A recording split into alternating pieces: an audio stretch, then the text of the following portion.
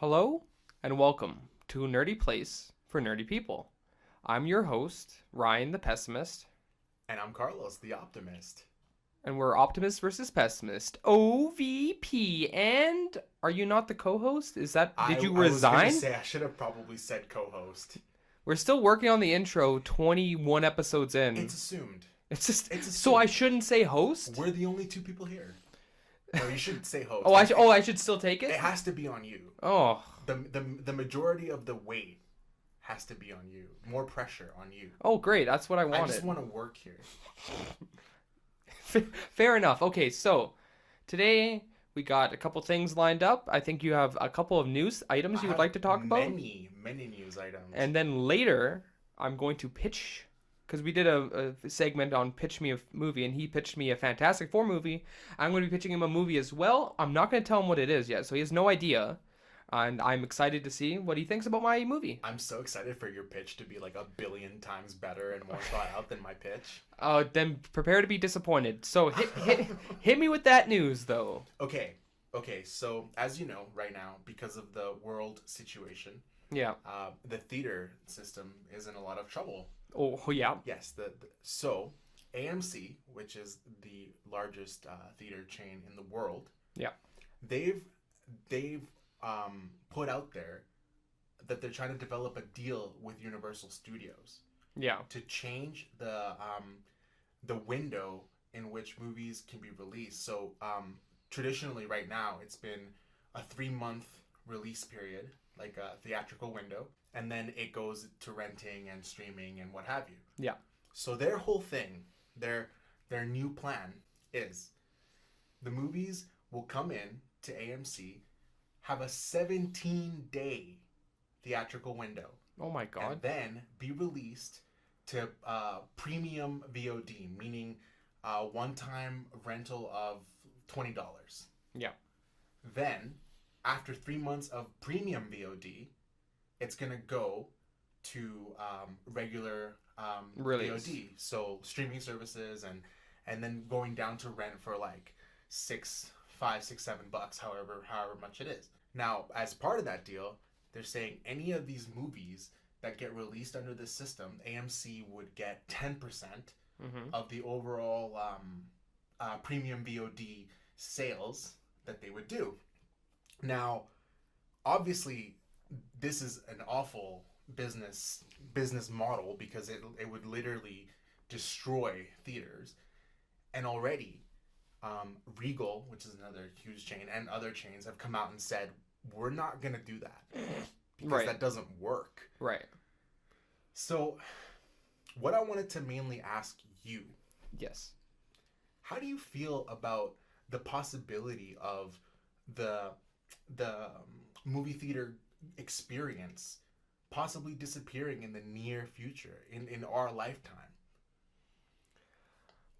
That's very tough. Okay, so obviously growing up going to movie theaters, I love the experience. People like to complain about the overpriced food, the poor seating, which has changed in recent years and stuff like that. But I've always really enjoyed it. It was a nice date. It was a nice date option. It's like for a first time date, what do you want to do? We can go to a restaurant or you can go to a movie. It was nice to have that option. So it's always been, unfortunately, for like the past like 10 years, it's always been inevitable that the theaters are going to disappear given the rise of streaming networks, streaming services and stuff like that. So this current situation has kind of forced it much quicker than it was going to disappear eventually. It's definitely sped it up. So And something like this, I mean, Okay. many people would just wait 17 days. I mean, roughly that's a little over just 2 weeks to just be able to get it at home instead of going to spend well, the bigger ticket price, the concession. Well, the problem is again. I mean, not again. The problem here is that 17 days is not enough time, at all, given the fact that theaters cannot book full capacity. So, like, say for instance, it's Tenet we're talking about. That's a very popular movie. A lot of people want to see that movie. So, like, it could be booked completely for like the first week or two or something like that. So that gives you what, 3 days window to watch this movie, or you have to do it through via a paid POD, VOD you said. Yeah. So yeah, it doesn't. I thought maybe when you started this off, you were going to say that they wanted to expand it how long they stay in theaters. Like maybe they want to push it from 3 months to 6 months or something like that, just in order for them to get more money, more revenue. But yeah, this is wow. I didn't expect that. And it doesn't even make sense as a business model, like I said, because I mean, studios still make a ridiculous amount of money on theatrical releases. Yeah. Like we're talking, like Well, Disney, for example, 2019 they made 11.1 billion on theater sales. yeah, I think theaters are where you're going to make the most money because I don't. Well, I'm not going to claim to know how streaming services work, but I thought it was based on new subscribers. I don't. It's a lot of these ones like Amazon and Netflix are already well established, so you're not gaining new subscribers, or yeah, new subscribers if this new movie comes out. So I don't see the benefit on the studios, from the studio's perspective on how this would work. Right. And that's why the other chains and Yeah, the they said studios no. themselves are saying that's ridiculous. We're not going to do that. It doesn't make any sense at all. Yeah, okay. So then what do we do then? Do we just like do we wait it out and then have like do we do like what's it called? Like a um government when the government comes in and like A bailout. a bailout. Thank you. Do we do a bailout? Do the studios come together and be like we need these theaters? I mean, I And think then that's what is eventually going to happen if it hasn't happened already, because that's the studio's distribution model. You know yeah. what I mean? They're not going to let it die, Yeah. unless there's a real dynamic shift and it just all immediately goes to VOD, which is the battle right now, right? Yeah. Whether we release things right away on VOD and lose that theatrical window, but let people watch these things and start to shift the model, and that would have a huge effect overall, because then we'd have to rein in budgets, have lower budgets, and essentially less quality. But arguably too, I mean, we've talked about this before, to where a lot of the time the overblown budgets, um, they they allow for certain other things not to be as tight. You know what I mean? They're very Like the superfluous. That's the yes, word, yeah. and also like in the old school kind of movie days, there was a lot of art due to adversity kind of thing. Like they had to come up with these clever tricks and ways of cutting corners in clever ways to make something work, and then it would lead to better things a lot of the time, like Jaws, for example, like how the shark didn't work on Jaws, Right. Or things you, like you that. you can look at modern ones as well. Deadpool is one that was made very, very cheap. Uncut Gems, which is a very recent one, also was under 50 million, I believe, or like even 20 million. So it's doable. And I can yeah that so it could be a negative, it could be a positive depending on your perspective. I mean, it also depends on who's making the movies because there's still bad movies that are low budget. Right, absolutely. So I mean, like maybe culturally, maybe it's more of like a feeling. Culturally, we feel that movie theaters are going to disappear, but given the studios backing them, and if they continue to back them, because if they abandon them, then they're done. But if they continue to back them, then they will at least last for a good while until we can find a better. They can find a better service. Like if there's a better one that replaces streaming, because again, they're not gonna make money on streaming, so there needs to be something else to be replaced with before I think they make that transition. I guess. Right, definitely. And one of the cool things that's happening too is that drive-in theaters are coming back in Yes. kind of full force, which is really cool. Like I've always wanted to do a drive-in experience. Yeah. It's something I've never gotten to do.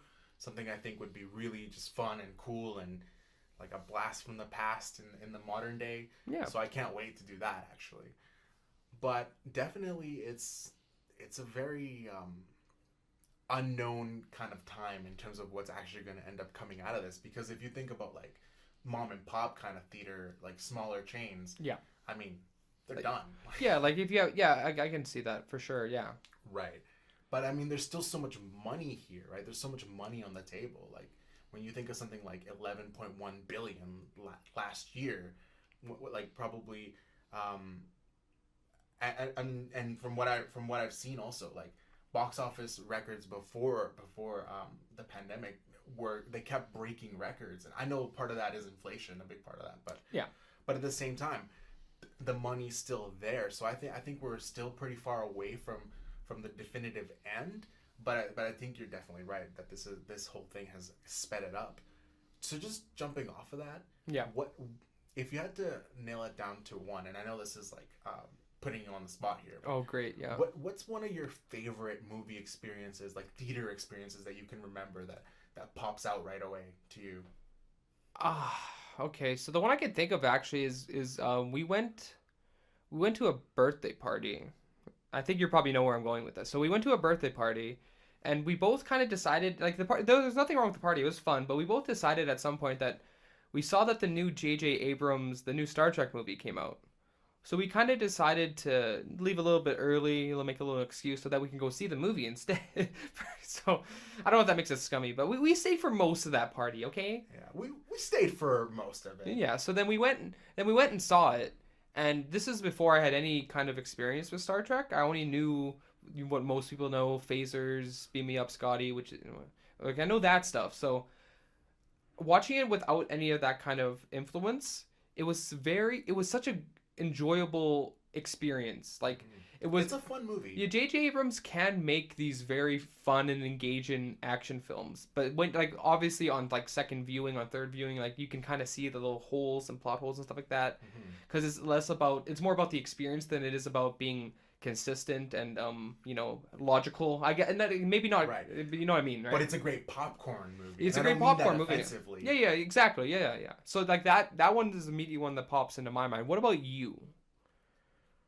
You know,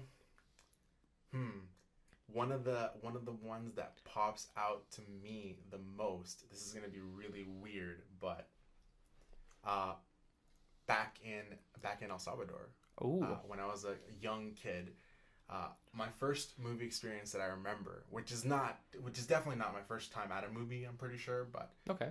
I remember going to see Phantom Menace in '99, and I mean, a lot of things happened that day. Like a lot of things happened that day. Like my cousin, for example, he put a firework inside a glass bottle for some reason. And Yeah. he cut off like he cut into his ear pretty badly. I remember that. Okay. But I also remember just Phantom Menace and at the time, you know what I mean, when you're a kid, right? That was my first remembered Star Wars theater experience. You know what I mean? And it just grabbed me, all that whole world, and I'll never forget how excited I was and how my mind was blown with what I was seeing and how much I wanted to just like be in that world and role play that stuff. And there's a lot of times when that's happened, but definitely it'd be really weird if even the next generation. I don't think it's gonna be the next generation, but it would be sad if that theater experience really did disappear altogether. 'Cause Yeah. there's something magical about seeing movies with a crowd on a big screen with Yeah, sharing in the laughter, sharing in like the intense moments. right. Yeah, just having the big screen, the great audio and stuff like that. Yeah, it's hard to replace that. Kind of going off of that. Like, okay, I guess you've already said like your earliest movie memory is pretty much 1999. I'm really having like, and while you were talking, I was trying to think, what is my earliest movie experience? And I think, funny enough, I remember Lord of the Rings. I think Fellowship of the Ring, because obviously there's that horrible, scary scene in the theater or in the movie where Bilbo, his face changes for a second. Oh my goodness. Yeah, It's horrifying. It's horrifying, especially as I would have been what, like 6 or 7 when that happened. So it was terrifying. But even now, it's pretty. Oh, it's still terrifying. Oh yeah. It's I don't like to. shocking. I don't like to look at the screen when that scene happens. I kind of just look I away don't either. real I quick. tend to look away as well. Yeah. But like that's one of them. Also, I remember going to see, for some reason I saw The Mummy Returns twice, or like 3 times at least that year, and I think that was also because I think Fellowship of the Ring is 2001, right? Yes.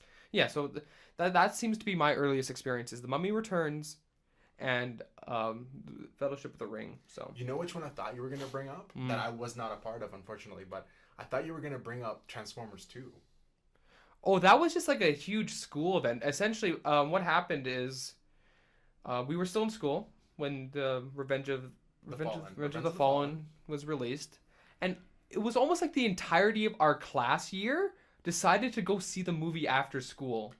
because the theater was relatively close to where our school was. So like it was the craziest thing. Like it was a huge line, and like you had to know people to get like, cause some people got there earlier than others. You had to know people, like be friends with people in order to get to a better position in line. But yeah, that is a thank you for reminding me about that. I completely forgot about that. Yeah, but that was a fun experience. An exodus. Yeah, pretty much. And before assigned seating and stuff too, right? Yeah. That was crazy.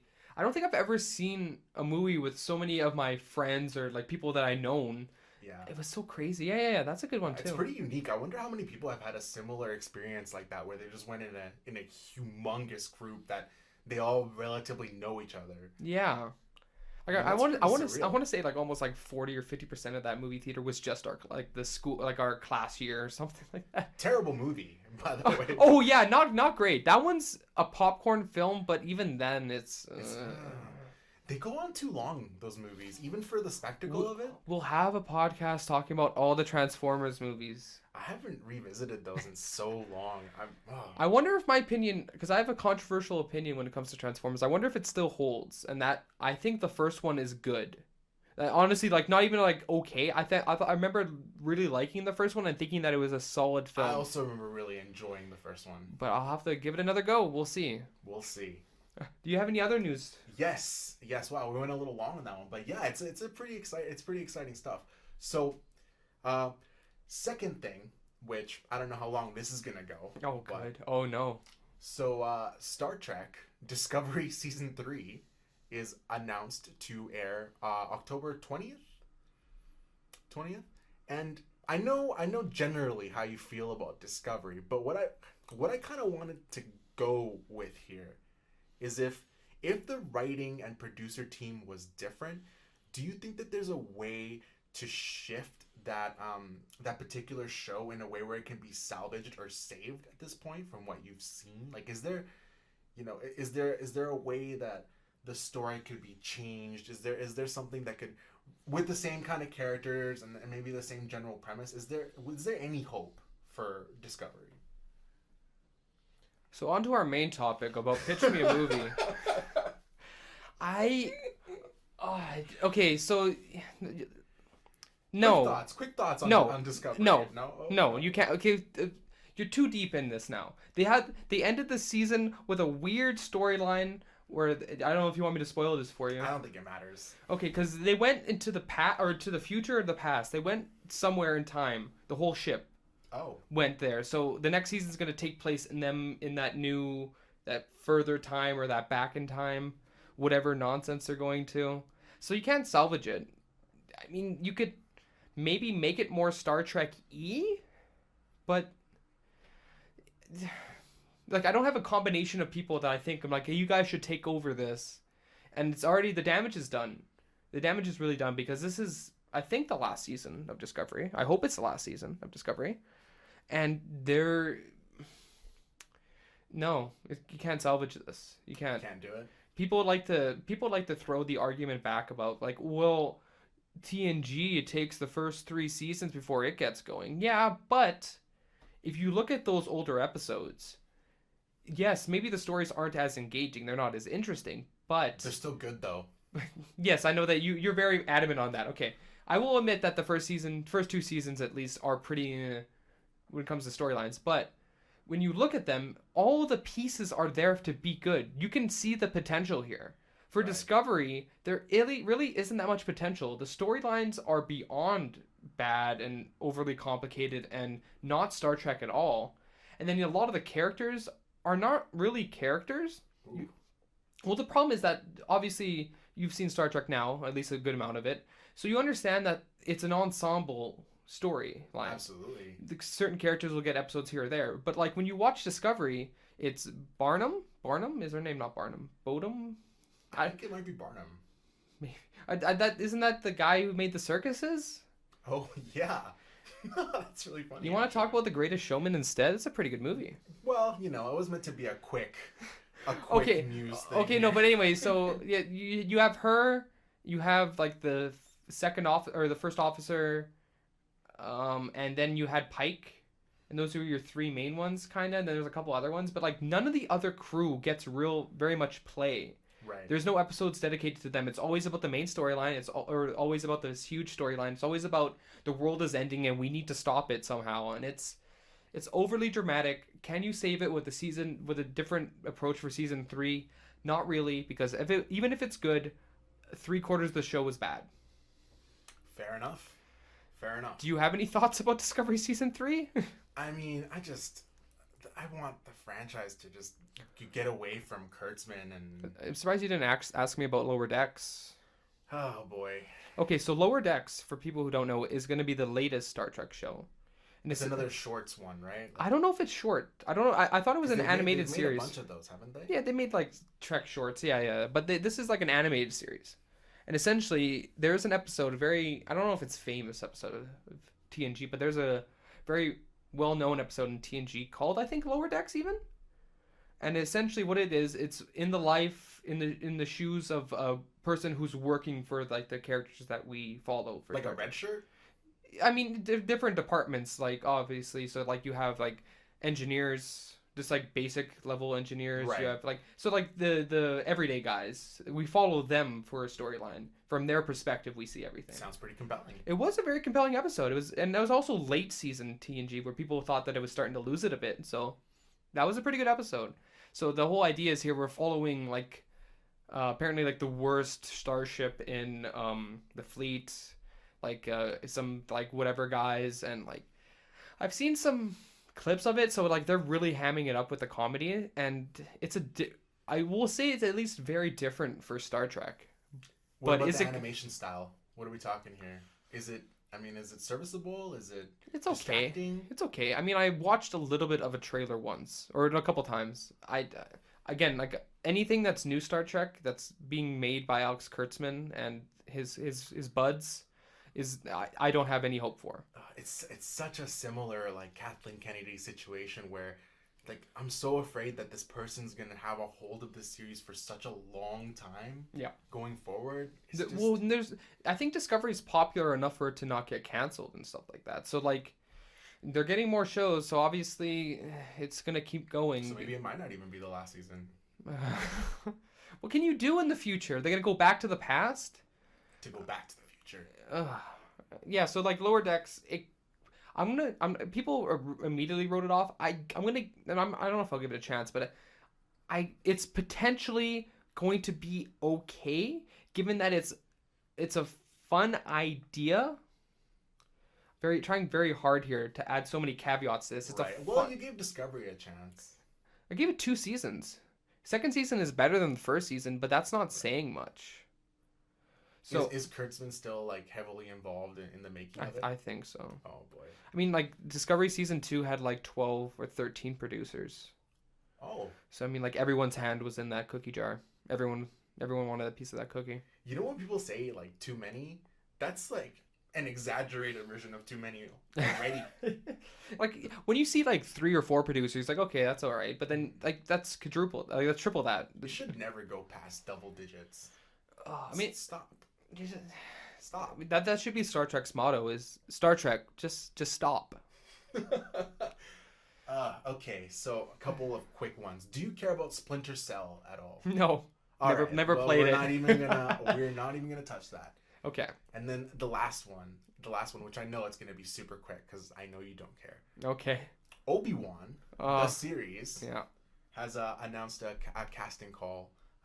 This is potentially still a rumor, but a casting call for 2 young kids that are twins. So obviously, Luke and Leia, which a lot of people thought it was just gonna be Luke that would show up in that show potentially, and at least hinting at Leia through a casting call is like, so is he gonna go to Alderaan? Like, I mean, that might be cool. Okay, I can't remember if you're like again. Like, I can't remember where you sit on if he should leave the planet or not. Refresh me.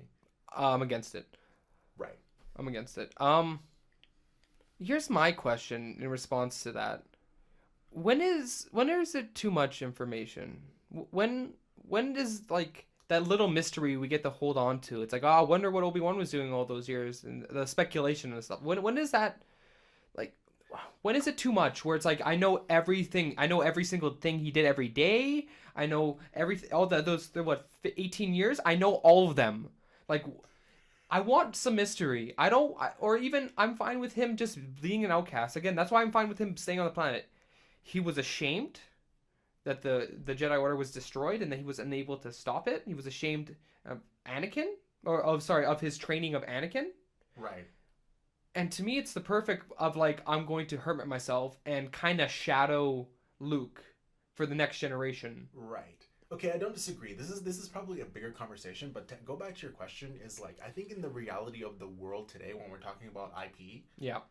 I don't think that mystery can even exist anymore because eventually everything is going to get made. You know what I mean by that? Where like things the IPs need to keep going, so Yeah. new shows, new books, new products always need to get made, Mm-hmm. especially once something becomes popular. Yeah. So eventually, I mean, I agree that a lot of the things in Star Wars have that charm because of the mystery. Yeah. But I think we're already way past that point. You know what I mean? Like just like the point is not even in sight. And I think that can be said about pretty much every major IP to where eventually every single mystery will be solved or shown in a book or shown in a new show or Doesn't that diminish, especially when it comes to like the original trilogy? Doesn't that diminish it for you? Because to me, the original trilogy, I don't want to call it perfect, but like those three movies work so well together. They're so nice. right. I don't need information, extra information in between, a little bit before, a little bit after. Like I don't need any of that. Right, and to answer your question, it absolutely does. But I've already I've already accepted that that's a reality of IPs continuing over years and years, Yeah. and I've already grieved for that loss. And now I'm just trying to be optimistic in terms of like I have to take it where I can get it. Where with Obi-Wan, I understand that the mystery is part of the like the major charm of it, but then I have to also think it would be cool to see like you know what I mean. What if we could have like Clone Wars flashbacks and get Hayden to come back and see Obi-Wan be tortured because he left him alive. He left Anakin alive, and he basically like cut him up, but didn't. He basically did everything but kill him. Yeah. Maybe we could get Liam Neeson back to do some of the initial like Force Ghost training, and it would be cool to see him back. And we could get I don't know like there's a lot of like cool stuff that could be woven in, and I really like Ewan McGregor, obviously. So if things are going to continue happening, this at least has a chance, has hope. But I think they will reveal a lot of things, and I think we will see a lot of things that should have probably been left unseen or unsaid. Still not sure if Vader's going to be in it, although I assume Why he will. at this point? Why not? I mean, you need your lightsaber quota. I don't think old Ben is going to be using it that much. Okay, so do I care that there's Luke and Leia is going to be in it? No. Do I want to see them in it? No. Do I want this to exist? No. Do you think it has any hope of being like at least Mandalorian good? I had a new hope. That's all I need. All right, so now you're gonna pitch me a movie, All right, so much as last time when we did this, but better. we'll see. We'll see. Essentially, what I'm going to be doing here, I'm going to we're going to go from like, director, writer, and then maybe like the 4 or 5 main cast members for any given show or given movie. We'll discuss it, and then I'll kind of give like a general synopsis of how I would have the story go. And yeah, so we're going to do that. So I'm going to reveal the title of the movie, which is going to be Bioshock, which is funny because you were just talking about it before we started this. So This thing has, I mean, they've been trying to get a Bioshock movie made since Bioshock became a thing, pretty much. and they kind of missed the window here because like there hasn't been a new Bioshock in years at this point. I feel like the last time they could have really done it with any kind of a significant impact is when Infinite came out. Yeah, would have been a nice tie-in. Okay, so did a good amount of research on this. So I'm gonna give you the director first. A lot of these are going to be a little bit of safe choices here. I'm not going out on a limb here because this movie can't afford to really go out on a limb here because This is a video game adaptation. yeah. Already, Oh yeah, sorry. So BioShock, if you don't know, is a game franchise. It's era specific. They modeled like the look and design of their cities around what year it was and stuff like that. So you have BioShock, the original, which is set in a city called the Rapture, which is underneath the sea. You have Bioshock 2, which is also set in Rapture, and then Bioshock 3, it's set in Columbia, Columbia. which is in the sky. So like they're unique designs for different years that really feel distinct and feel like that year. Um, yeah, and basically it's a first-person shooter. You have what kind of makes it different from other ones is that you have a thing called plasmids, and essentially it gives you powers, essentially like Right. lightning powers, fire powers, that kind of stuff. But what more importantly is that they have very interesting and very engaging storylines. Right. They have a lot of great lore associated with these games. And heavy horror elements as well. Yeah, that's also true for Yeah, sure. definitely. So there's a lot of great things going on with this. Especially for a movie, for a series. I mean, if it's tricky, but there's so many great pieces that if it struck that lightning in a bottle, it could blow up huge. Even now, even with the like diminishing returns of the series not being as popular as it is, if you made one good movie, all of a sudden it would just be right there. Okay, so we're gonna start off with the director here. So when picking a director, I had to think about a couple things. Okay, so this movie is essentially a sci-fi action kind of movie with thriller elements. Um, Yeah, it is sci-fi thriller. Hey, I would that's how I would probably call it. Yeah, you don't get as much of those. I mean, cool I guess combination. yeah, it's a good combination. So it also is very atmospheric. So the director I chose is Denis Villeneuve.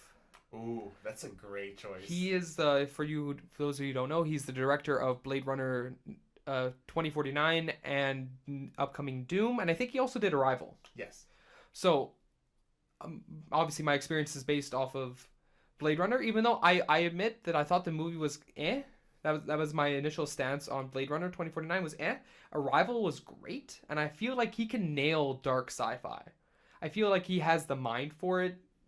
I don't know. He's From also what I've a seen, very visual director. exactly. Like he's amazing at the the like the world building aspect in terms of like set design and flavor and feel. Yeah, I think yeah. So that's definitely why I chose him. I didn't really think of anyone else. I thought maybe 20 years ago, Tim Burton maybe, because he has the art design. He'd make a very interesting Rapture. Like, but in terms of the actual directing skills, I don't think he has it really. But if it was like him when he did Edward Scissorhands or stuff like that, he could have potentially done it. Mm-hmm. So that's my director choice, and you have no debate. You don't have any alternative. No, I think he's actually perfect. In fact, I think modern day speaking, I think he's one of the only ones that could do something like a Bioshock. Yeah, I mean this is also before Dune comes out, so like if he just completely fails with Doom, maybe. Okay, but even if Dune is not a great movie, I think the world is gonna be great. Like I think the spectacle of the world, the design of the world, like I think it's all gonna come through with flying colors, even if the movie fails in other areas. Because even Blade Runner 2049, which we don't think is like a perfect movie, but that world, yeah, it's there. He nails it. It's there. Okay. The atmosphere. Yeah. So director Denis Villeneuve. I hope I'm saying that correctly. Probably not. And then might be Denis. Denis, maybe. And then I'm gonna shift over to writers here. I'm gonna give you an honorable mention, who I considered briefly. This is a screenwriter, an author named John Shirley. Now the reason I considered him is one, he wrote I think the Bioshock tie-in novel, which I heard is really good. I have it and I need to read it, but I heard it's really good, and he's able to capture the characters because it's set in Rapture prior to its fall and decline. So that's why I considered him. He also wrote the screenplay for The Crow I saw. Ooh, I like The Crow. Crow is a good movie. But then the reason I didn't pick him is... Surely you have a better choice. I do. Kinda. We'll see. But the reason I didn't pick him is because I looked at his other films that he did screenplays for, and they're hot garbage. So I don't want... Like, he may have done... The Crow might have been like his, like, lightning in a bottle, and the rest of it's not great. So he was briefly considered... So I'm assuming he's a good author, though. Maybe he's screenplay-wise, he hasn't chosen the greatest or whatever. We'll That's see. always a big argument, too, if like authors can transfer over into writing scripts and screenplays. A lot of people think that it would be like a really natural, automatic transition. And a lot of people would say it's like different worlds and different mediums and impossible almost. I wouldn't call it impossible, but I would lean towards the second one more than the first one because I feel like it's a whole different style. You need to condense your story and have dialogue. You're focusing mostly on the dialogue, and I don't know. There's a lot of different elements are at play there. So, didn't choose him. This one might be a little. Yeah, this is dependent on Dune. I'm giving Denis Villeneuve writing capabilities here, but I'm partnering him up with Ken Levine. And Ken Levine is, I think, the main driving force behind the Bioshock stories in the games. Right. So I'm going to combine them together. I have them work together on this screenplay because from what I saw that Denis Villeneuve was also involved in the screenplay for Dune. So I'm like, okay, he might have writer capabilities here. So Right. if I just find someone to kind of help him, guide him along the way of how Bioshock should work story-wise and how characters should talk and whatever, I think that combining those two together, we're going to get the best of both elements, where we're going to get something new with Denis Villeneuve, and we're going to stick to a lot of the stuff that makes it work with Ken Levine. Ooh, I'm loving this. I'm loving this. So Ken Levine is like on the writer side of the story. I did double check this to make sure, and yes, I believe so. Yeah, he wasn't the like the lead director, right? He might have been. It might have been both. Might have been both. He might have been. He might have been in charge of story, and even then, I'll still let him because you can say what you want about Bioshock 2, but Bioshock 1 and 3 are story-wise very engaging, very interesting. He's able to establish lore and use lore very effectively. So I feel like combining them together would work well. It's a bit risky though because I don't know how Denis Villeneuve is going to be able to write screenplays. We'll see when Dune comes out again. We'll see. Correct me if I'm wrong, but isn't he involved in like on a screenplay level on all of his movies? I actually looked this up. I couldn't see anything for Arrival, and also Arrival is based on a book as well. Right.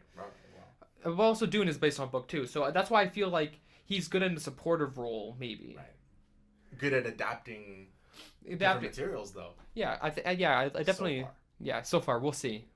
So, Ken Levine, them working together. Ken Levine and Denis Villeneuve working together on the writer's side. I didn't really pick a cinematographer because I'm pretty sure Denis does his own or he has his own, and I would just trust him. Right. From the movies I've seen. So I didn't actually look up anything of that. So now we're going to actually move on to the cast. The first one's going to be a controversial pick. I think I have a couple controversial casting choices here. So first is I'm gonna start kind of with the more important characters. I'm gonna start with Jack, who is our main character in Bioshock. Our protagonist. Yeah, I get that. So, what was important to me when making this casting choice is that I didn't pick an A-class actor. Because what I didn't want the actor to distract from all the other stuff that makes Bioshock interesting. Because if you play Bioshock, you're not the most interesting thing. Your character and his personality isn't the most interesting, engaging thing. It's the world around him. And I wanted nothing to deter from the world around the main character. So this is my gutsy choice here. I'm going with the Star Wars approach and getting an unknown. Yes, perfect. So this is risky, but I think it's necessary given that all the other cast choices I'm making are kind of bigger time A actors. So we need to lower the budget somehow. So if we get an unknown, we lower the budget. Also, again, the lore, the sets, the world of Rapture is what's most important, right. And we don't have we can't have Tom Holland in there distracting. And to your point, also, I mean, a lot of that budget would have to go to the special effects, to the set design, to the... Yeah. I mean, and also, there's a big point to be made, too, about how the age of the big movie star is kind of like, slowly been coming to an end. And I feel like, traditionally, like, these big stars carried these movies or in a lot of instances actually got them made at all. But I feel like now it's just mainly just distracting now. You know what I mean? They're great. They're great actors and performers. If they become A-list, there's a reason for it, right? There's a catalog. There's a pedigree of work. I'm not taking any of that away from it. Yeah. But I think in this case, it would just distract from the world. It would just distract from the ambiance and the flavor of all of it. I will briefly mentioned, I do have some honorable mentions. I'm like, okay, if I'm not gonna go with an unknown, and I had to pick somebody. I thought maybe Taron Egerton. I like him a lot as an actor, and then he's also in the right age range here because I looked up the age. Jack is supposed to be about 25, Right. so you need to find someone like mid 20s, early 30s. So that would be the casting call you would make. Actor mid 20s. I actually considered Andrew Garfield, and I looked up his age. He's 37. Did you know that? Yeah, but he's got that He's Tom got that Cruise baby thing. face, yeah. Where he just doesn't age at all. I was shocked because I'm like, he would be an okay choice as well. But again, I think I made the safe call here, or sorry, not the safe call. I made a more risky call, but I think it would help the movie if I chose somebody. Interesting thing about Taron Egerton, though. Yeah. I feel like he hasn't. I mean, he's done high-profile roles at this point now, but I feel like he still hasn't really moved 100% into that A-list stratosphere. I feel like he's right on the cusp. I mean, playing Elton John, like that's a really big one. But Yeah. before that, it was like mainly Kingsman. You know what I mean? Like, Yeah, And he then- was and- in Sing. He was in Robin Hood. Robin Hood didn't work, and Sing he's animated. So yeah, he needs more. He's a great singer, by the way. He's great. he's fantastic. But yeah, that's probably why. Because I'm like, he feels like he needs bigger roles. He needs bigger times. He needs more time to shine. So that one might actually have been like best of both worlds, though. Maybe, but he's still a bit. He's Kingsman. He's Kingsman money. Okay, we don't have Kingsman money here. So all right, so that one. Now I'm gonna go for an easy one. I think you're gonna know this. So the main kind of focus, kind of like the first Bioshock film, the one who kind of steals your attention, the character that is the most engaging and compelling is obviously Andrew Ryan. Andrew Ryan is the creator of Rapture, who has his own specific philosophy, and it's so beautifully dished out throughout the entirety of the Right. game. Right. And This is a big deal. It's one of your all-time favorite video game villain characters. villains, yes, specifically villains. He's one of my favorite of all time Fair. because he's one of those ones like you can see what he wanted to accomplish, you can see what he was going for, and then it's just so tragic that it doesn't happen, and then how the story plays out, it's even more sad. Like, yeah, so like he's just great. Who you got? Who do I have? I'm pretty sure you know this. I think because we've had this discussion briefly before, but I would obviously, for Andrew Ryan, I would have Daniel Day-Lewis. As soon as I saw him in There Will Be Blood, I'm like, that's a mustache. You just grease hack his hair. That's Andrew Ryan right there. Yeah. And I feel Safe like bet. for this also, it's a very like double-edged sword, or like the other side of the coin, where having that like big name for this, because you just have to nail that character, would be perfect. And in terms of like acting level, pedigree, and ability, Yeah. there's no better. Yes, I agree. mean, there really isn't. At least not in like current working today or our like recent generations. There's no one that touches it. He would have to come out of retirement for this, obviously.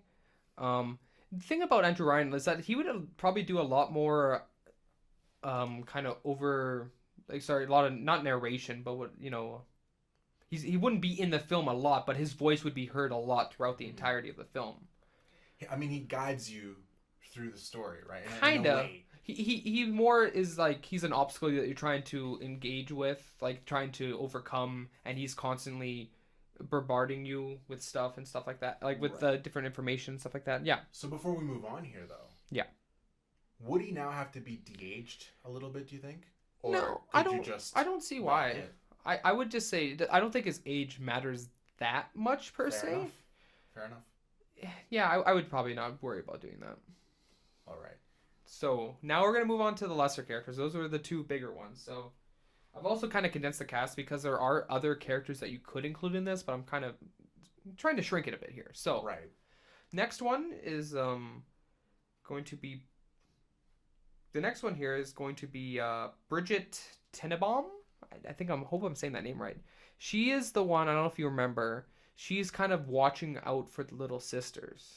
She's the one that Oh, yes. engages you, and she's like, "Hey, you can save these creatures. You don't have to kill them. Just harvest them." So this is another kind of safe But you can choice. kill him, though. But again, we're not, obviously for the story there isn't going to be a you can choose element here. But Right. anyway, so I chose a very kind of Yeah.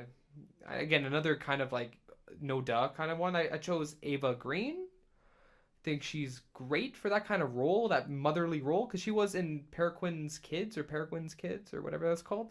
Uh, Peregrine's Home for Imaginary There's Friends. I don't remember. yeah, something yeah, whatever it's called.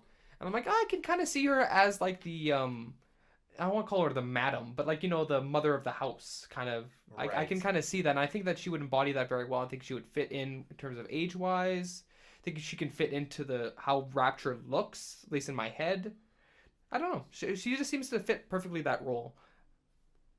Do you have any comment? My question is, how big of a role would this be in terms of the adapting it for the screen, right? I would. It would be not that big. Right, because Because there's other things going on. You need to kind of have that um isolation right, element a bit, so you can't have too many characters a lot, or else it doesn't feel empty like Rapture should feel. It should feel empty and filled with things that are gonna kill you. So yeah, so she can't be in it too much, but yeah, definitely important parts. She has important parts to play for the story, and she'll be definitely in those important parts. I think she's a great choice. excellent.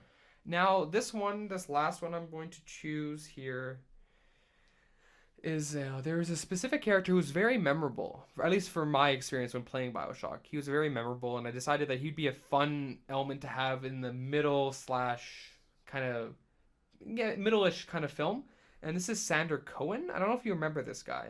He's the deranged artist who has like Ooh. his face painted white and stuff like that. Yes. And I feel again, so I feel like he's necessary to kind of show the huge decline. Like we have Andrew Ryan, we have like the setting, but we need other characters to kind of show how things have declined. So because he was supposed to be like he was like right hand man of Andrew Ryan, I think, or like they were good friends, and like he was a poet, writer. He was in charge of the arts essentially, and he just loses his mind at some point, and then his art becomes horribly grotesque.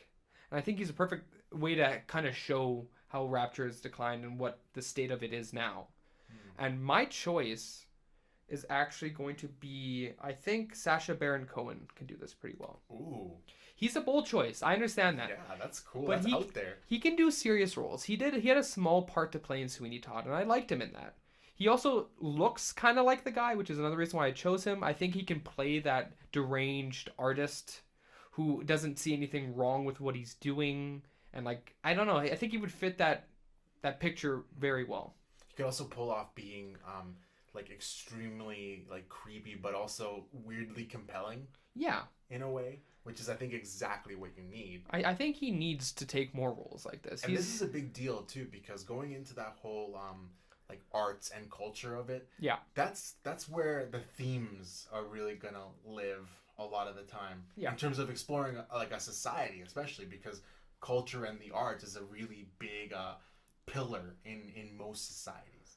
yes, yes, yeah, 100%. So I think he needs to kind of get away from that typecast. He needs to get away from the whole I'm a comedy guy. I do weird live stunts with people.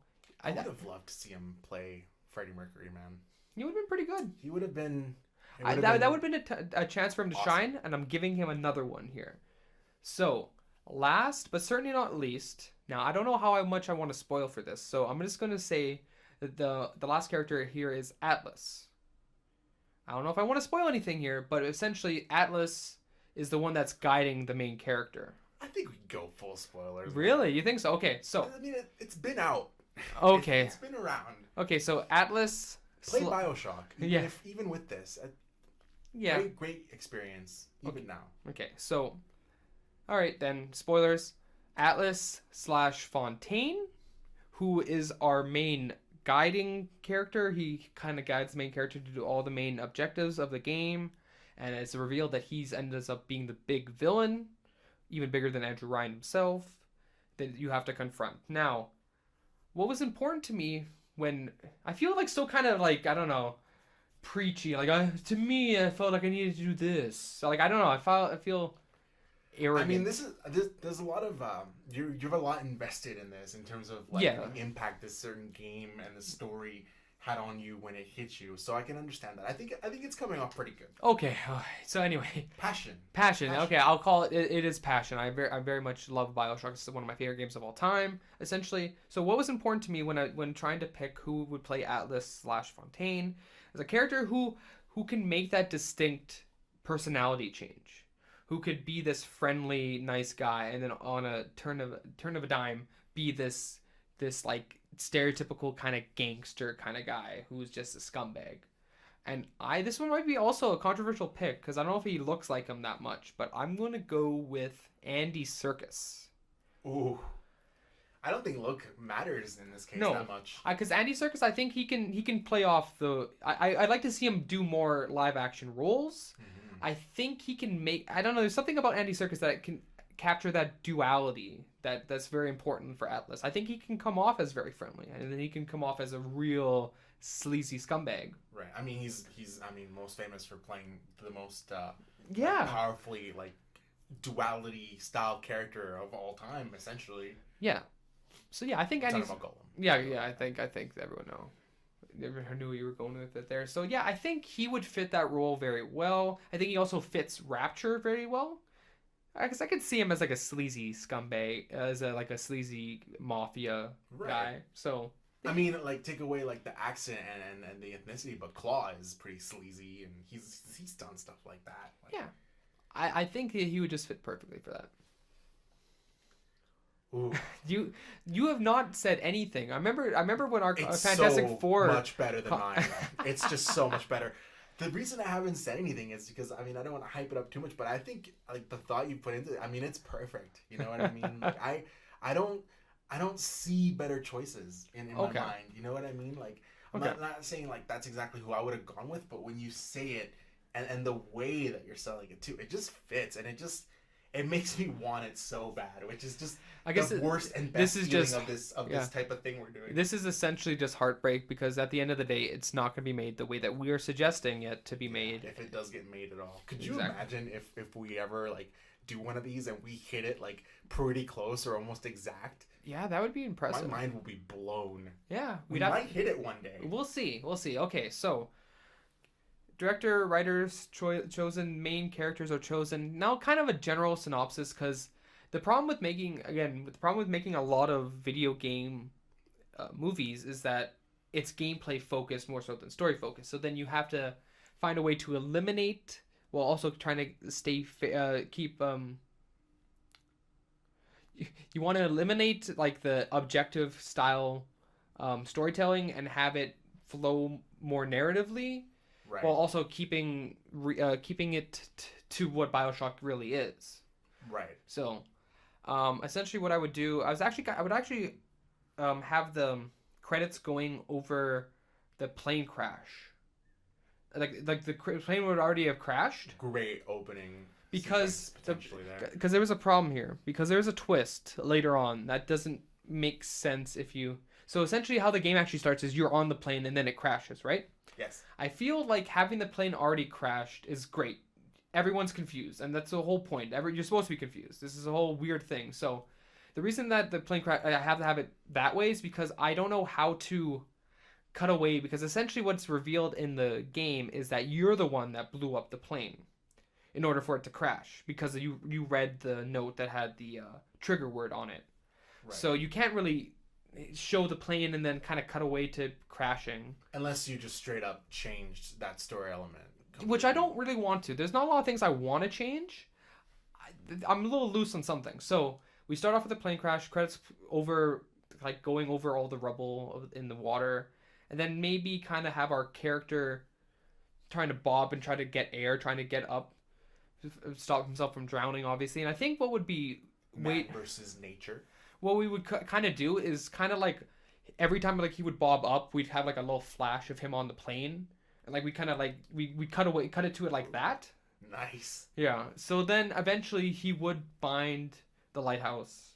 He would then enter, and I would almost keep it eerily identical to the intro to Rapture as they did in the game, where essentially you go into they called it a batmosphere or something like that, whatever. So he goes into that. And there's a little intro video that plays. And I think the intro video is just so crucial and perfect that you need to keep the original kind of idea in it. Right. Where I don't know if you remember it, like it's Andrew Ryan's big speech. Definitely. Yeah, it's great. You get to see Rapture as well.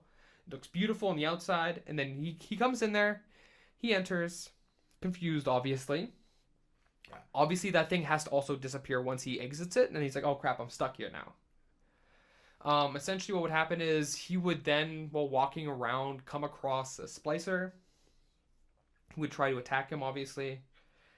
And I don't know if he's gonna have to find the radio. Like maybe like there'll be a radio playing somewhere, and then like he hears Atlas like giving him like hey, you need help. Like I can help you. You need to do this, this, and this, and get away from this guy. Right. I feel like as long as that's quick, yeah, that's really what it has to be. Yeah, so this is where it is tricky because there's such an inherent effect that playing through a game has. Like you like the time investment, it almost like directly equates to like emotional and personal investment in terms of the way that the medium, the art hits you. So it's so hard to like, what do you take in? What do you put out? Like I love keeping the main opening the same because there's a lot of really effective, like with that video, for example. Yeah. That's a lot of effective, like, world building and exposition in, like, a natural, kind of, like, a compelling, quick way. Yeah. So it's perfect for a movie, for example. Okay, so then, essentially, we want to kind of speed through this a bit. So, after he gets away from the slicer, he's going to be like, hey, you are able to somehow operate these things, so we're trying to get out of here, me and my family, and they're hiding here. I'm gonna meet you there. So then you'd kind of just go there, like that would be like the next big thing, and then you would meet Andrew Ryan over the thing because I think in the game he blows up the submarine where his family's supposedly supposed to be, and then like he confronts you. Right. So then that happens, and essentially the Atlas shifts to, okay, the only way to get out of here now is to kill Andrew Ryan. And you're going to need some few things. And then he comes across a little sister without the big daddy. The big daddy's dead. And he suggests to kill it to harvest this atom thing that they need. And obviously I think Tenenbaum should not over the radio intercept him, but intercept him in person. So that Atlas doesn't know that he was intercepted like that. And she makes the suggestion like, here, have this. You can save them this way. Right. And then that would happen. I would keep the plasmids, at least for the main character. Maybe he just gets electricity.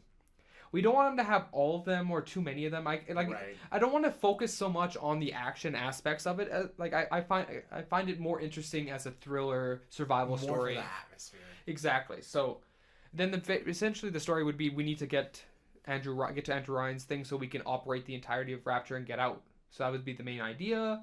He would obviously come across, get the powers, and he would fight a couple splicers maybe. And then eventually, while on his way to Andrew Ryan, he'd get captured by Sander Cohen, who would then have like his twisted art display. He would do something similar to how the game does it, but maybe just in the movie theater tied up, making him watch all these his grotesque like statues that he made, like him wheeling them out and stuff like Kinda that. like the way they, like certain like brainwashing is done in a lot of fiction and taken from like reality of like making people watch images over and over to. And the important part would be obviously that he takes the radio from him, so like there's no contact with Atlas. Eventually, he would somehow get out of the ropes, kill probably Sander Cohen, or maybe let him live with his craziness, right?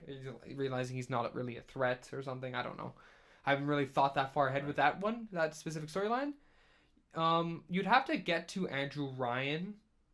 Like, obviously, he'd have to fight a big daddy maybe at some point. You have to have that big. So in terms of acts, like where would you be like at this point? Is this like end of like? This is the end of Act 2, maybe. Yeah, that's what I figured. End of Act 2. Yeah, Act 1 would be all the beginning stuff up until blown up, and hey, we have to get to Andrew Ryan, and then you have Act 1 to 2 is him learning how to use the plasmids, him encountering more splicers and dealing with them, and then at the end of Act 2, Sander Cohen would capture him. Act 3, I need to find a way to incorporate a Big Daddy fight. Maybe the Big Daddy is like he's guarding a specific little sister that you need or something like that, and you need to kill a Big Daddy in order to get it. Right. And then eventually, obviously, we get to the famous. We get to the office. The end of the third act, I think we would probably get to the office. Because how many acts are generally in a movie? Just three. Just three? Oh, okay. So, the third act is essentially, and I said the end of second for Sander Cohen. So then he deals with Sander Cohen, has to fight a Big Daddy, gets to Andrew Ryan, because Andrew Ryan reveals what happened, and I think I might change this aspect of the story, because it's a weird sci-fi thing that they introduce here. So essentially, what he says is that you're my illegitimate son. You were born like 4 days ago or something like that. You were born like a week ago, but they modified you so that you'd age rapidly and make you forget all this stuff. And then it's like a lot of weird stuff that goes on there. So it's like, okay, real Django clones. so we need a better way of doing this, I think. And this is one that I can think of. What we would maybe do is maybe 25 years ago he had an affair before making Rapture. And so 25 years later or 23 years later, Fontaine, who is in the battle with Andrew Ryan for control over Rapture, finds out that he has an illegitimate son on the surface, and through maybe contacts he has on the surface, is able to find a way to capture him and brainwash him. Right. In order to get him the "Would you kindly" thing, to get that to pan out. So this is all like flashback sequences, possibly. Yeah, probably. Or like some of it maybe coming out in just natural battle. I would also have like hints of that kind of coming out throughout the entirety of the film. Right. Because you gotta have little hints, yeah. So then we have the "Would you kindly" scene where he kills Andrew Ryan because he can't not do it. Obviously, Fontaine makes his big reveal that he's the big bad guy before he's able to kill our main character. Jack. Tenenbaum's gonna save him. Ooh. And him and the little sisters that he's saved thus far are going to help him prepare him to take out Fontaine. Movie wise, how many would there be? Because that's a problem. That's hard. It would have to be equivalent to how many we've seen in the movie. I would have to say only 3. That's the max I could. That's the max I could. I'm gonna push it to the max here because we do need more than 2. 1 is not enough for sure, but 3's okay. 3 could help out in the fight because the whole idea is like they're taking the atom from him and stuff like that. So you fight him, you distract him, and because I think he finds a way to incorporate himself with so much atom that he like almost becomes invincible. So like they take out the atom, you fight him, and then you conclude. You'd have the good ending. So I guess I should have said that. So the whole movie is the good ending. You'd end it. I don't know how you would like. They ended weird where like they cut. Like to the future, Tenenbaum over over the over the credits. Over not over the credits, but like over images, over the stories. Like, hey, so he made it to they made it to the shore and they lived happily ever after. The end. You probably want to change that. You probably just want to have him just go into them with the 3 little girls, and they go to the surface. Yeah, just getting out. Getting out, or just going into the thing and then going up and then cutting, and then that's it. Yeah, perfect. Actually, that's. Those 2 changes, I commend you, because that's probably the biggest trap that video game movies fall into. Either they change too much of the original story, taking away what we really fell in love with, or they don't change enough to where these really video game elements and things are like kind of like shoehorned in. So I think changing the lineage is a really good way to humanize both characters in a much more I don't want to say acceptable, but like a better and more natural fitting way for a movie, and then the ending, obviously, like the future stuff would just be like too much. Yeah, it's too much. So you gotta go. So yeah, my big change is obviously rather than condensing the stuff where you have to go to different areas of Rapture. Right. You'd obviously cut down the amount of times you fight a Big Daddy. I think fighting one Big Daddy is good enough for the entirety of the film. I don't think you need to fight multiple of them. Just one. Need to find a way to find because I have 2 options for the 2 ones, but I need to find another one for the 3rd girl to show up, and which we can probably find a way to do that. Anyway, so I would change the genetic weird sci-fi stuff that they introduce and make it's still a little bit weird, but works a lot more in the movie, I would say. Right. So I would change that, change the ending a little bit, but and then cut down on all this stuff and kind of focus on the main big plot points of the film. Excellent. So yeah, that is my movie Bioshock. Okay, so now that we're like at the end, that was infinitely better than what I did. I mean, I feel pretty You ashamed. I'll get you on the next one. Now that I know that we're doing it intense and hardcore, and actually for both of us now, I feel like one thing we really need to do yeah is we need to look into the other kind of like movie department type things, because for something like this, I'd be really interested to see who would be the like the costume designer, the like makeup artists You're right. involved here, Okay. because just in terms of like I know most of that is like on the eye of the director, Yeah. right? So we can encompass that, but like I feel like a challenge for both of us would be to kind of look into like the more famous people, or the ones that we really love from certain movies, to like see what we could bring in, because that's definitely a big part of it. But I think, oh man, I think your pitch was fantastic, and I'm so heartbroken that it's not gonna Okay, I'm going to be fair to your pitch. not gonna happen. Your pitch was different. Your pitch was a discussion. You had an idea, and I commented on how maybe that idea could work better, or I think that was a nice for discussion purposes. So I'm Yeah. not going to completely dismiss your Fantastic Four. I didn't pitch. give you much discussion, honestly, because I kind of got lost. I was getting kind of lost in it. Like I was imagining it in my head, and it just kept going so good. And I would love this to be a movie. But okay, so in oh man, wanting to turn it into a little bit of discussion, there is a couple things I would want to ask you. Okay. So right now, I'm gonna ask you. Obviously, as a movie pitch, fantastic. But I'm gonna ask you the one of the most, I think, popular adaptation questions that is out there right now. Yeah.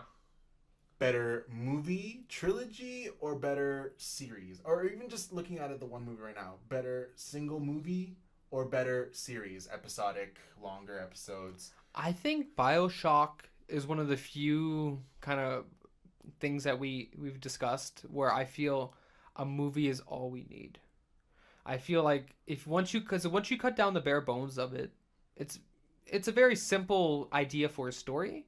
It's the one that doesn't need multiple movies or multiple episodes for it to be conveyed, and I think it could work Right. as a single movie, no trilogy. I don't no commitments to Bioshock 2 or 3 because they're related, but they're not necessarily related. Yeah.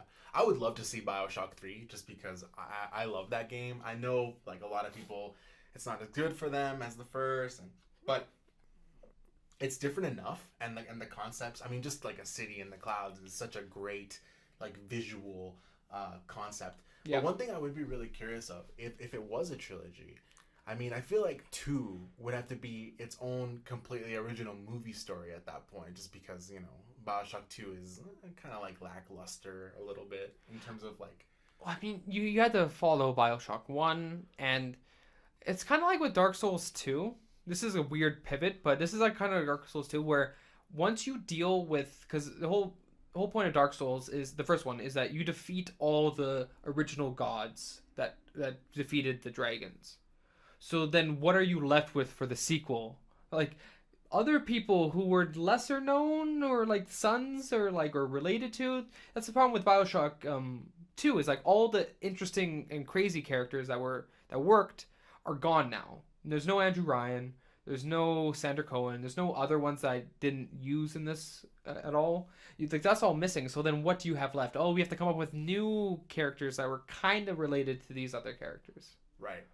So another question I have for you is like roughly, and this one's really hard to gauge probably, but what are you looking at in terms of runtime? Are you looking at like a tight 90, or are you looking more at like a big epic like Lord of the Rings extended type film here? I'm going to say somewhere in between. I think that the movie can work effectively. You can maybe do 2 hours 15 minutes. If you want, you could push it to 2 hours and 30 minutes. I think that's all you need to create atmosphere. Right. You don't need to have it be three and a half hours. You don't need that. An hour and a half is obviously not enough to build up the tension and build up all the stuff that's important. So I think 2 hours 15 is what I would aim for. Director's cut of maybe 2 hours and 30 minutes. All right, and then my final big question here, and Yeah. like I think this is, I mean, the importance of this can be argued. Yeah. But I'm curious, which one of the major studios would you like this to go to be made by? You That's know, in terms of like pedigree and looking back at their histories and the kinds of movies that they've made. okay.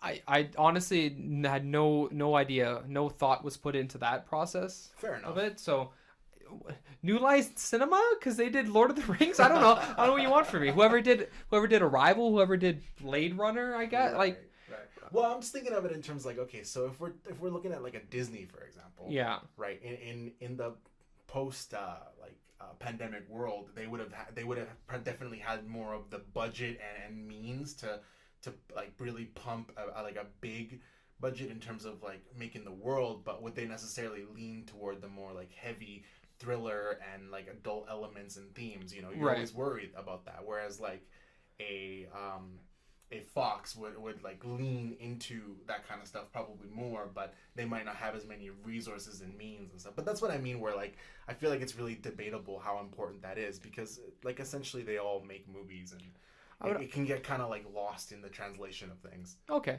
I would also. I don't think you were gonna ask me this, but I would probably give this a hard R. It would just be an R. I think it has to be. That would have been a better question.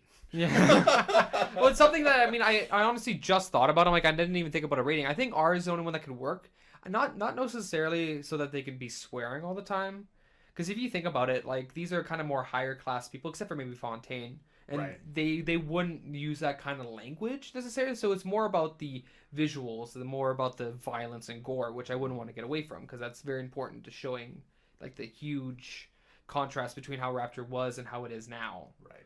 So And I don't really know how this works in terms of like rating systems, but like a lot of the like psychological thriller slash horror elements, like if they're pushed to a certain, because I wouldn't say there's necessarily like room for like body horror in something like Bioshock, but well, the there's body something- horror would be with Sandra Cohen because Yeah. he does messed up stuff with yeah. bodies. So like how far would you take that if it was rated R? I mean, you could go pretty far, but Yeah, I would probably take it pretty far. Yeah. yeah. 100%. In language, I wouldn't as much. I would refrain from that. By the way, Cohen, like Sacha Baron Cohen, that's pretty. That's immediately what I was like, oh, this is very okay. It's perfect. We did it. All right.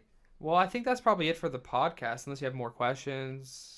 No, I'm just still in like shock and awe right now, and I'm excited for my next one because I really want. I'm gonna step it up. You're in Bioshock.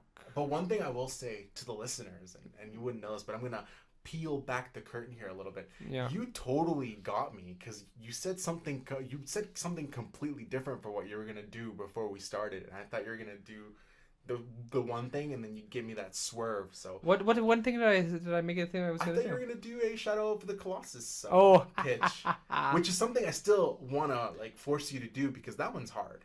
I'll do it for you. That one. And I would say you're equally as passionate about this. Shadow Colossus, I would be more passionate for. Ooh, we're gonna do more video game stuff coming up, so Yeah. get hyped. Yeah. All right. So I thank you guys for listening.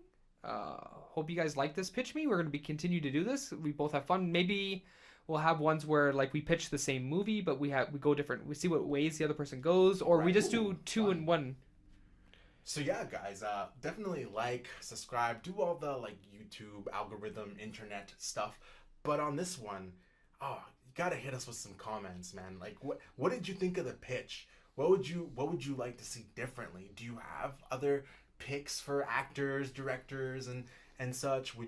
Are there story elements that you would focus on differently? Are there things that you would adapt differently? There's so many ways this kind of stuff could go, and it's so fun pitching movies and just imagining what could be done, what could exist in the world of our mind palaces.